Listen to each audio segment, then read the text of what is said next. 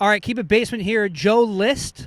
He's got a new special on YouTube, I Hate Myself, of course, of Tuesdays with Stories with Mark Norman, who we've had on a couple times.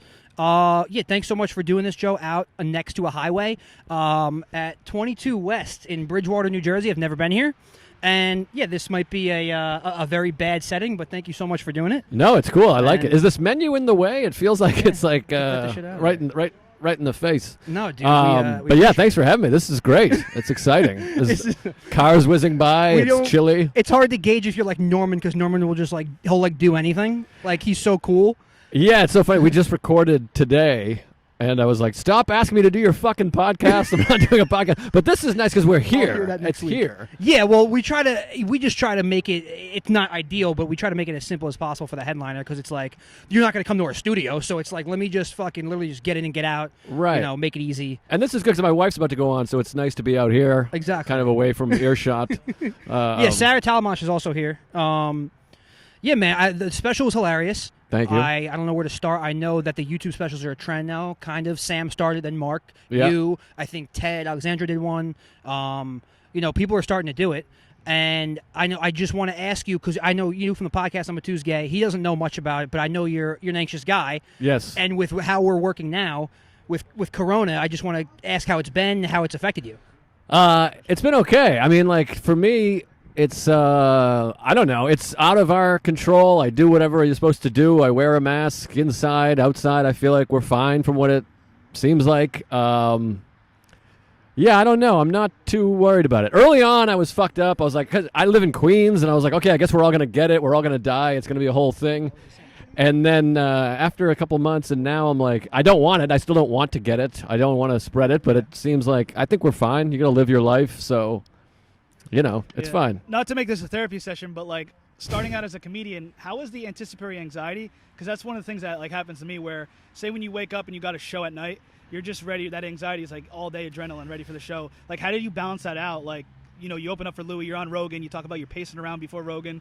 How does that work out where you don't deplete your energy and you're you're cool and chill? It's interesting. Now, I don't have too much show anxiety anymore. My anxiety is more I'm going to die, or we're going to climate change and fucking fall through this? Yeah, that doesn't bother me either. It's weird. Sometimes I just have real general anxiety, or the dentist. I went to the dentist yesterday. That makes me want to kill myself, and that drains all my energy. Yeah, my blood pressure goes up there. Yeah, I mean, it's horrible. Blood pressure, I'm afraid of cancer and whatever.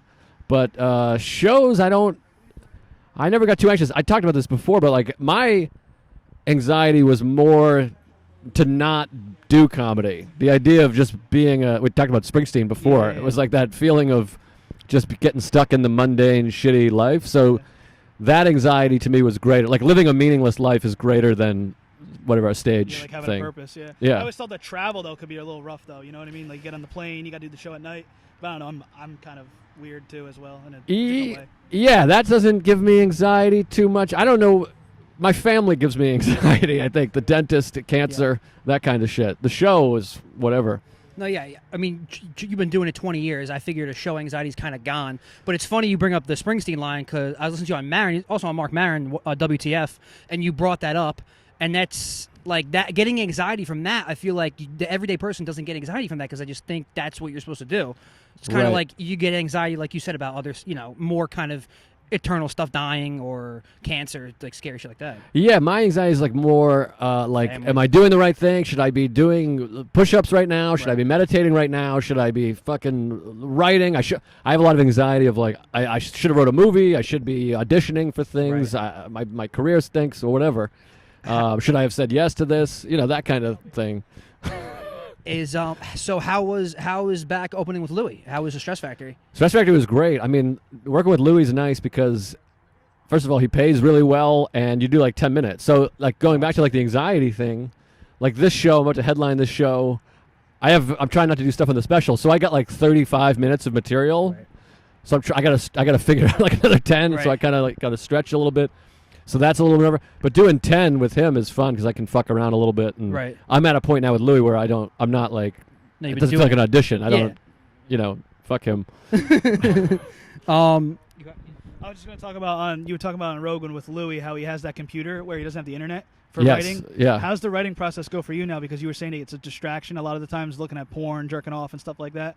Well, you and Rogan were talking about that, and I was just figuring, how does the writing process work along that lines? Like any advice from Louis and stuff? Yeah, I mean, I don't write as much as I should probably. COVID has made it weird because for me, the reason I feel like prolific is because I'm like, I got to come up with something to do. I can't do the same jokes again. I'm just sick of my shit.